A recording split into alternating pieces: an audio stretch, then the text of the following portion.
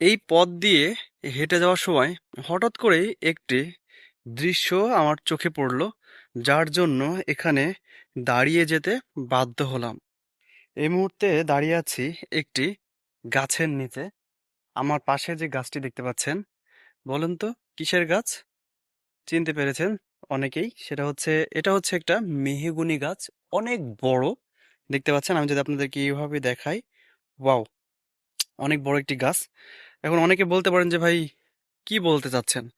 আসলে যেটা বলতে চাচ্ছি, আমার পায়ের নিচে দেখুন কতগুলো ফুল পড়ে আছে। এই প্রতিটাই হচ্ছে মেহগনি ফুল। আপনারা অনেকেই কিন্তু জানেন যে মেহগনি গাছেও কিন্তু ছোট ছোট ফুল ধরে। এই ভিডিওটি করার মানে হচ্ছে এটাই, যে এই ফুলগুলো যে আপনারা দেখতে পাচ্ছেন, এর সাথে কিন্তু শৈশবের কিছু স্মৃতি কিন্তু জড়িয়ে আছে।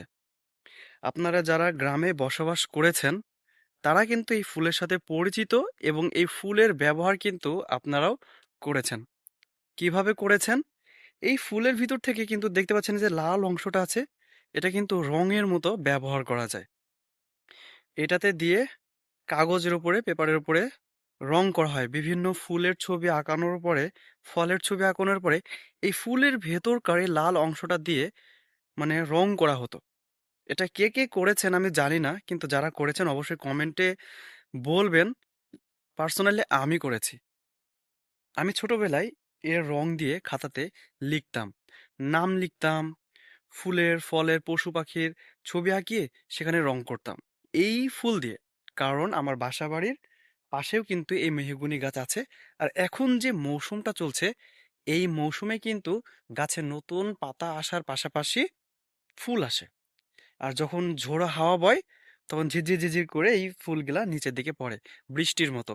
অনেক সুন্দর লাগে। যাদের টিনের বাড়ি, দেখবেন যে টিনের পাশে যদি এই গাছটা থাকে, যখন এই ফুলটা পড়ে টিনের উপরে, মনে হচ্ছে যেন বৃষ্টি পড়ছে, ছোট ছোট বৃষ্টির ফোঁটা পড়ছে।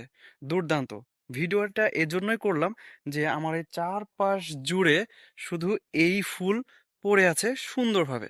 এতই সুন্দর লাগছে, দেখে আমার ছোটকালের কথা মনে পড়ে গেল, যার জন্য আপনাদের সাথে আমি এটা শেয়ার করলাম।